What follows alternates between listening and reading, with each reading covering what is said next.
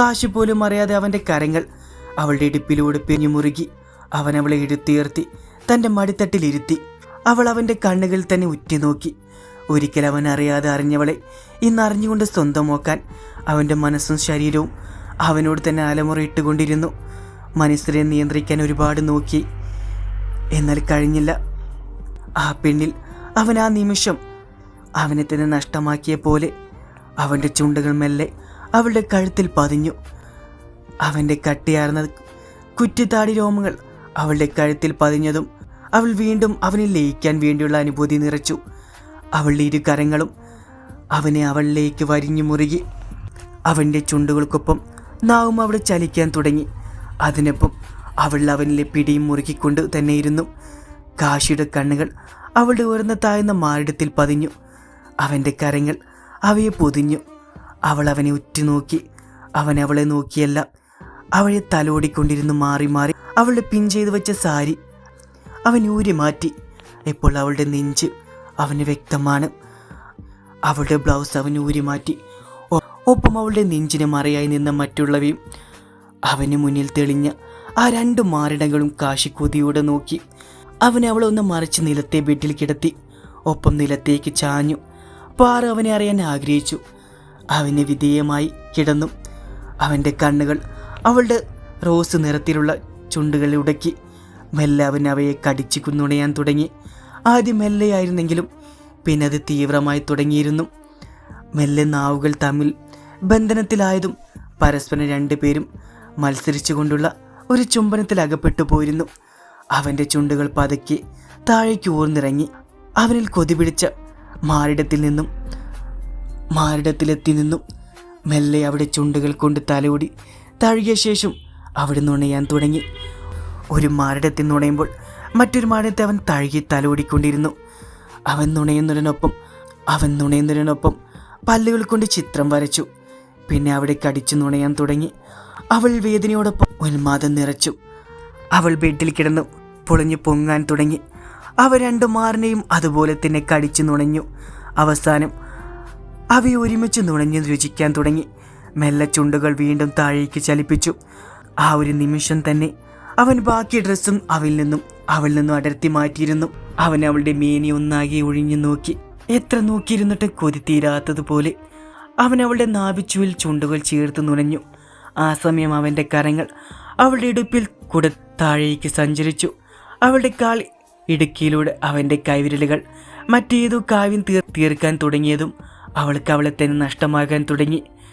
അവൾ കാശേട്ട എന്ന് വിളിച്ചുകൊണ്ടിരുന്നു. അവളിൽ നിന്ന് വരുന്ന ശിൽക്കാരം നിറഞ്ഞ ഓരോ വിളിയും വീണ്ടും അവളിലേക്ക് അവനെ വലിച്ചടിപ്പിച്ചു. അവൻ്റെ ചുണ്ടുകൾ നിയന്ത്രണം തെറ്റി താഴേക്ക് ചലിച്ചു. തുട മുതൽ കാൽപാദം വരെ അവളുടെ ഓരോ അണുവും അവൻ ചുംബിച്ചുണർത്തി. അവൻ്റെ കൈവിരികൾക്ക് പകരം കാലിടുക്കിൽ ചുണ്ടുകൾ അഭയം പ്രാപിച്ചു. അവിടെ നിന്നുള്ള തേൻപൂവിൽ നിന്നും വണ്ട് തേൻ കവരുന്ന പോലെ അവനും കവർന്നു കുടിക്കാൻ തുടങ്ങി. അവൻ്റെ നിയന്ത്രണം തെറ്റി. അവസാനം അവൻ അവളിലേക്ക് ആ പെണ്ണിനെ പൂർണ്ണയാക്കി ഉയർന്നു പൊങ്ങി. ഒന്നല്ല, ഒരുപാട് തവണ. അവൾ തളർന്നു പോയെന്ന് അറിഞ്ഞിട്ടും അവളിൽ നിന്നും വിട്ടുമാറാൻ അവന് തയ്യാറായില്ല. അവൻ അത്രമാത്രം അവൻ ലയിച്ചു പോയിരുന്നു. നേരം പുലരും വരെ അവളെ ഉറങ്ങാൻ വിടാതെ അവളെ ഓരോ നിമിഷവും അറിഞ്ഞുകൊണ്ടിരുന്നു.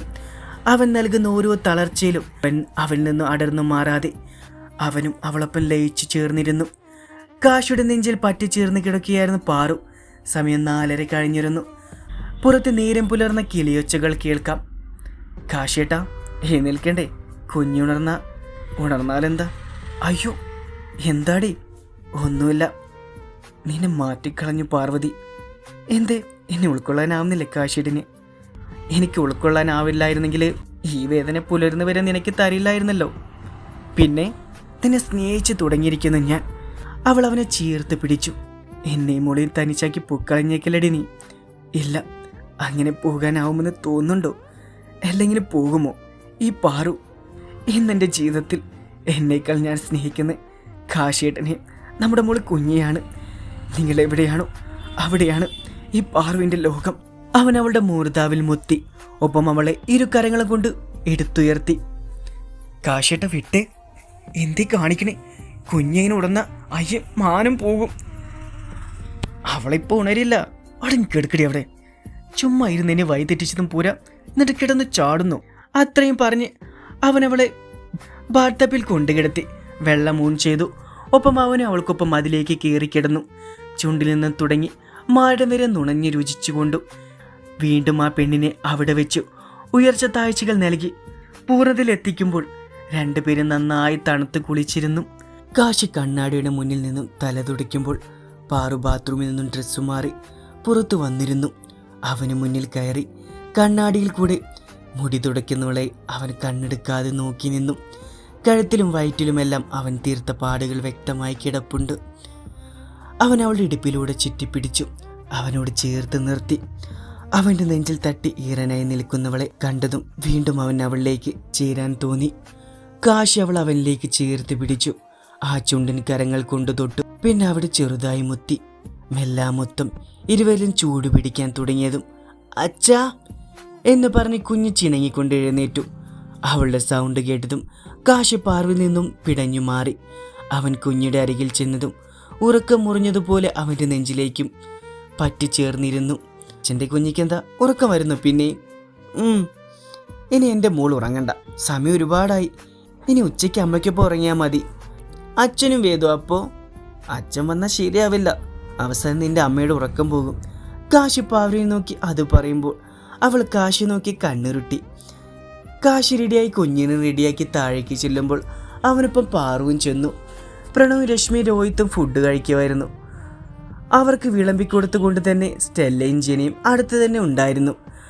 അവരെ മൂവരെയും ഒരുമിച്ച് സന്തോഷത്തോടെ വരുന്നത് കണ്ട് എല്ലാവരും അവിടേക്ക് നോക്കി. ഞാൻ കരുതി മോളെന്തെന്ന് ലേറ്റായെന്ന്, അല്ലെങ്കിൽ രാവിലെ എനിക്കിപ്പോൾ കിച്ചണിൽ കാണേണ്ടതല്ലേ. ഈ കാന്താരി സമ്മതിച്ചു കാണില്ലായിരിക്കും എഴുന്നേൽക്കാൻ. സ്റ്റെല്ല അത് പറയുമ്പോൾ പാറു കാശിയെ നോക്കി. അവനൊരു കള്ളച്ചിരിയോടെ അവളെ നോക്കി. അവരുടെ ഈ പരസ്പരമുള്ള കള്ളക്കളി കണ്ട് ജെനിക്ക് എന്തോ പന്തികേട് തോന്നി. അതെന്താണെന്നറിയാതെ അവൾക്കൊരു സമാധാനം ഇല്ലായിരുന്നു. അവൾ പാറുവിനെ വിളിച്ചുകൊണ്ട് പറഞ്ഞു, പാറു ഒന്ന് വരുമോ, നിന്നെ കൊണ്ടൊരു ആവശ്യം ഉണ്ടായിരുന്നു. അത്യാവശ്യം.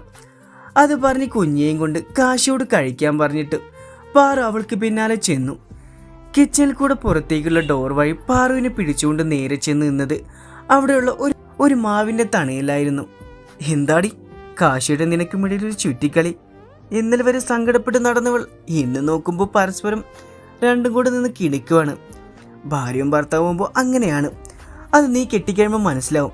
ഓ ഇപ്പം അങ്ങനെയായോ? കെട്ടിയൻ സ്നേഹിക്കുന്നില്ലേ?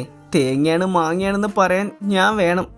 എനിക്കറിയാടി, കാര്യം കാണുന്നവരെ മാത്രമേ നമ്മളെ വേണ്ടൂ. അത് കഴിഞ്ഞ പടിക്ക് പുറത്ത് ആണോന്ന് കൂട്ടിക്കോ നീ. ജെനി പാറുവിൻ്റെ കളിയാക്കിയുള്ള സംസാരം കേൾക്കുമ്പോൾ തന്നെ ചൊറിഞ്ഞു കീറി.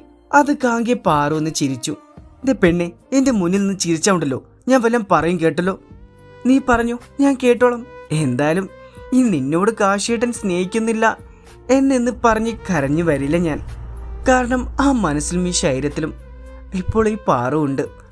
അത് ഈ ജന്മം അവസാനിക്കും വരെ അതങ്ങനെയായിരിക്കും. അത്രയും പറഞ്ഞ് അവളുടെ കവിളൊന്ന് മുത്തിക്കൊണ്ട് ഓടിപ്പോകുമ്പോൾ പറഞ്ഞത് കേട്ട അമ്പരപ്പിൽ കണ്ണുകൾ തള്ളി നിൽക്കുമായിരുന്നു ജെനി. പെട്ടെന്നുണ്ടായ ഉൾവിളി പോലെ ജെനി അവൾ ഓടിപ്പോകുന്നതിന് പിന്നാലെ വിളിച്ചു പറഞ്ഞു, അതിനർത്ഥം നീ മനസ്സിൽ കാണുന്നത് എന്തോ അത് തന്നെ. അത് പറഞ്ഞ് ചിരിച്ചുകൊണ്ട് വീണ്ടും ഓടുന്നവളെ കണ്ടതും അതേ പുഞ്ചിരി ജെനിയിലും പടർന്നു. കള്ളിപ്പെണ്ണേ, അവൾ മനസ്സിൽ വിളിച്ചു. കുറച്ചു മുമ്പ് റിയ വിളിച്ചു. നീ എന്താ പറഞ്ഞേ? നിന്നെ മറന്ന് രഞ്ജി ജീവിക്കില്ല, അതുകൊണ്ട് തന്നെ കാവ്യം ഞാൻ മനസ്സിലാക്കില്ല, ഉൾക്കൊള്ളില്ല, വേണ്ടെന്ന് തന്നെ വെക്കും. അവൻ വേണ്ടെന്ന് പറയുമ്പോൾ അവൾ വീണ്ടും തകർന്ന് നീറിയെന്ന് ഒടുങ്ങും എന്നൊക്കെയല്ലേ. എന്നിട്ട് എന്തായി? അവൻ അവളെ അവൻ്റെ ജീവിതത്തിലേക്ക് തന്നെ കൂട്ടിയല്ലേ. വൈക പുച്ഛത്തോടെ വാമിയെ നോക്കി പറഞ്ഞു. അവൻ പറഞ്ഞല്ലോ, ലൈഫിലേക്ക് കൂട്ടിയില്ലല്ലോ അവളെ. എൻ്റെ ലൈഫ് അതെനിക്ക് വേണം, അത് കാശിയാണ്. എനിക്ക് നേട്ടം ഉണ്ടാവാതെ എൻ്റെ ശത്രുക്കൾ മാത്രം നേട്ടങ്ങൾ ഉണ്ടാവാൻ ഞാൻ സമ്മതിക്കില്ല. അതെന്ത് വേണമെന്ന് എനിക്ക് നന്നായി അറിയാം. കാശിയെ കിട്ടിയില്ല, പിന്നെ നിനക്ക് നിരഞ്ജനൊപ്പം ജീവിക്കാനുമായില്ല. അവനാണെങ്കിൽ നിന്നോടുള്ള സ്നേഹത്തിൽ അന്ധനായതുകൊണ്ട് തന്നെ നീ പറയുന്ന കേട്ട് അടിമയെ പോലെ നിന്റെ കാൽക്കൽ ചുവട്ടിൽ കിടന്നേനെ. വൈക, ഇന്ന് നിന്റെ ലൈഫ് ഇതെങ്ങനെ ആവാൻ നീയാണ് കാരണം. നിനക്കും ഭീമിനും റാത്തൂർ അയാൾക്ക് വേണ്ടി കാശിയുടെ ഹോസ്പിറ്റൽ അത് കൈക്കലാക്കണം. അതിനുവേണ്ടി എനിക്കൊപ്പം കൂടിയത്. അവസാനം എനിക്കൊപ്പം നിന്ന് നീ കാശി തന്നെ തട്ടിയെടുത്തു. നീ അവനെ ഉപേക്ഷിച്ച് പോയപ്പോൾ നിന്നോട് അന്ന് വരെയുള്ള വെറുപ്പ് മാറി. എന്നിട്ട് ഇന്ന് വീണ്ടും നിനക്കൊപ്പം നിൽക്കുന്നത് എനിക്ക് വീണ്ടും കാശ് വേണമെന്നുള്ളത് കൊണ്ടാണ്. അതിന് തടസ്സം കുഞ്ഞിയാണ്. കുഞ്ഞി അവളെന്ന തടസ്സം മുന്നിൽ നിന്ന് നീങ്ങാൻ നീ അല്ലാതെ മറ്റൊരു മാർഗവുമില്ല. കാരണം കുഞ്ഞിൽ കാശിയെ പോലെ തന്നെ നിനക്കും അവകാശമുണ്ട്. നീ ഇപ്പോൾ ഭീമിൻ്റെ ആണ്. പണ്ട് കാശിയെ കള്ളസ്നേഹത്തിലാക്കും മുൻപ് അങ്ങനെ ആയിരുന്നല്ലോ. ഞാൻ കാശിയെ വേണമെന്ന് പറയുമ്പോഴൊക്കെ നിന്നിലെ മാറ്റം അത് ഞാൻ മനസ്സിലാക്കുന്നില്ല എന്ന് കരുതരുത്. നിനക്ക് കാശിയുടെ ലൈഫിൽ ഒരു സ്ഥാനവുമില്ല. അത് അവനായി തന്നെ കളഞ്ഞതുമാണ്. അപ്പം പിന്നെ കാശിയെ ഞാൻ നേടുന്നതിൽ നിനക്കെന്താ പ്രശ്നം? എനിക്കൊരു പ്രശ്നമില്ല. അവൻ്റെ പിന്നാലെ പോയി നാണം കെട്ട് ജീവിക്കേണ്ട നീ എന്നോർത്ത് പറഞ്ഞു പോയതാ. എൻ്റെ കാര്യത്തിൽ എനിക്കില്ലാത്ത സങ്കടം നിനക്ക് വേണ്ട. നീ കുഞ്ഞിയെ കാശിയിൽ നിന്നും എങ്ങനെയും തട്ടിമാറ്റി തരാൻ നോക്ക്. കുഞ്ഞെ ഇപ്പോൾ കാശിയിൽ നിന്നും തട്ടിമാറ്റേണ്ടത് എന്നെപ്പോലെ നിങ്ങളുടെ ഉത്തരവാദിത്തമാണ്. അറിയാലോ, രാവൺ അവർക്ക് വാക്ക് കൊടുത്തതാണ് കാശി അവർക്ക് മുമ്പിൽ നിസ്സേനായി ഇട്ടുകൊടുക്കുമെന്ന്. അങ്ങനെയല്ലെങ്കിൽ തിരിഞ്ഞിങ്ങോണ്ട് അവൻ കൊത്തും. പറഞ്ഞില്ലെന്ന് വേണ്ട. വൈകിയെ നോക്കി വാമി അത് പറയുമ്പോൾ വൈകി ഒന്നും മിണ്ടായ ദേഷ്യത്തിൽ അവിടെ നിന്നും പോയി. ആ നിമിഷം വാമിയുടെ ചുണ്ടിൽ വിജയത്തിൻ്റെ പുഞ്ചിരി വിടർന്നു. കാശി വരുമ്പോൾ കാവ്യയെ ഫുഡ് കഴിപ്പിക്കുമായിരുന്നു രേണുക. വലത് കൈയിലായിരുന്നു മുറിവ്. അതുകൊണ്ട് തന്നെ ഫുഡ് കഴിക്കാൻ ബുദ്ധിമുട്ടായിരുന്നു ആൾക്ക്. രഞ്ജിയും അമ്മ സ്നേഹയും അവൾക്ക് അടുത്ത് തന്നെ ഉണ്ടായിരുന്നു. സ്നേഹയ്ക്ക് കാവ്യയെ കാണുമെന്ന് രാവിലെ തന്നെ വാശി പിടിച്ചുകൊണ്ട് രഞ്ജി തന്നെ രാവിലെ ചെന്ന് കൂട്ടിക്കൊണ്ട് വന്നതായിരുന്നു. തൻ്റെ മകനെ ഒരുപാട് സ്നേഹിക്കുന്ന, താൻ ആഗ്രഹിച്ചതുപോലെ ഒരു നല്ല മരുമകളെ കിട്ടിയ സന്തോഷത്തിലായിരുന്ന സ്നേഹ. അതുകൊണ്ട് തന്നെ രേണയ്ക്കൊപ്പം അവളെ മത്സരിച്ച് കൂട്ടുകയായിരുന്നു അവർ. കാശിയെ കണ്ട് രഞ്ജി നോക്കിയെങ്കിലും അവൻ മൈൻഡാക്കിയില്ല. കാവ്യയുമായി അവളെ കെട്ടുകഴിയാതെ തന്നോട് ഇനി കാശി മിണ്ടിരുന്നുള്ളത് ഏതാണ്ട് ഉറപ്പായതുകൊണ്ട് അവനും മൗനമായി നിന്നു. ഡോക്ടർ വരുമ്പോൾ നാളെ ഡിസ്ചാർജ് ചെയ്ത് കൊണ്ടുപോകാമെന്ന് കേട്ടതും ഏവർക്കും സന്തോഷമായി. കാശി രഞ്ജിക്കൊപ്പം കാർത്തിയും ഹോസ്പിറ്റലിൽ നിർത്തിയ ശേഷം അലനുമായി ഓഫീസിൽ പോയിരുന്നു. ജനിക്കുന്ന തൊട്ട് ടീച്ചറായിട്ട് സ്കൂളിൽ ജോയിൻ ചെയ്യണം. മലയാളം ഇംഗ്ലീഷ് ആയിരുന്നു അവളുടെ സബ്ജക്റ്റ്. രാവിലെ കാശിക്കൊപ്പം ഹോസ്റ്റലിൽ പോകും മുന്നേ അവളെ സ്കൂളിലാക്കിയിട്ടാണ് അവൻ പോയത്. 1 മുതൽ 10 വരെയായിരുന്നു അവളുടെ ഡിവിഷൻ. ഹയർ സെക്കൻഡറിക്ക് തൊട്ട് അപ്പുറത്തെ ബിൽഡിങ്ങിലായിരുന്നു. ജനിക്ക് 5, 6, 7 എന്ന ഡിവിഷൻ ക്ലാസ്സുകളായിരുന്നു അറ്റൻഡ് ചെയ്യേണ്ടത്. പിള്ളേരെല്ലാം നാട്ടിലെ പിള്ളേരെക്കാളും വാലുകളാണെന്ന് ഒറ്റ ദിവസം കൊണ്ട് അവൾക്ക് പിടികിട്ടി. പാറുവിനെ പോലുള്ള ജെനി ക്ലാസ്സിൽ അല്പം സീരിയസ് ആണ്. ഓവറായി പിള്ളേർക്ക് ഫ്രീഡം കൊടുക്കാറില്ല. കൊടുത്തെല്ലാം തലയിൽ കയറുമെന്ന് അവൾക്ക് നന്നായി അറിയാം. ആദ്യ ദിവസമായതുകൊണ്ട് 3 ഡിവിഷൻ ക്ലാസ്സിലുള്ളവരെ പരിചയപ്പെട്ടു. ഒപ്പം അവർക്ക് അവളെയും പരിചയപ്പെടുത്തി. നാളെ തൊട്ട് ക്ലാസ് സ്റ്റാർട്ട് ചെയ്യും എന്ന് പറഞ്ഞിട്ടാണ് അവൾ ഓരോ ക്ലാസ്സിൽ നിന്നും ഇറങ്ങിയത്. അവൾക്ക് അവിടെ 2 പേരെ കൂട്ടുകിട്ടി. ഒന്ന് മാലിനി ടീച്ചർ, മാത്സ് ആണ്. ടീച്ചർ ഹസ്ബൻഡ് ഹയർ സെക്കൻഡറി സ്കൂളിലെ മാത്സ് അധ്യാപകനാണ്. പിന്നെ ശീതൾ, ആള് ജെനിയുടെ അതേ പ്രായം, പിന്നെ അതേ സ്വഭാവം. അതുകൊണ്ട് തന്നെ മാലിനിയേക്കാൾ വേഗത്തിൽ കൂട്ടായി. ആൾക്ക് കല്യാണമായി അടുത്ത ചിങ്ങത്തിൽ. അതും അവിടുത്തെ സ്റ്റേഷനേഴ്സായി വിക്രാന്തായിട്ട്. ലവ് മാരേജ് ആണെന്ന് കൂട്ടിച്ചേർക്കുമ്പോൾ അവൾക്ക് വല്ലാത്ത നാണം വരുന്നത് ജെനി അറിയുന്നുണ്ടായിരുന്നു. തിരിച്ചു വരുമ്പോൾ അലനെ വിളിച്ചു കൂട്ടാൻ വരണ്ട, ഫ്രണ്ടിനെ കിട്ടി, അവർക്കൊപ്പം പൊക്കോളാം എന്ന് പറയുമ്പോൾ അവൻ എതിര് പറയാൻ നിന്നില്ല.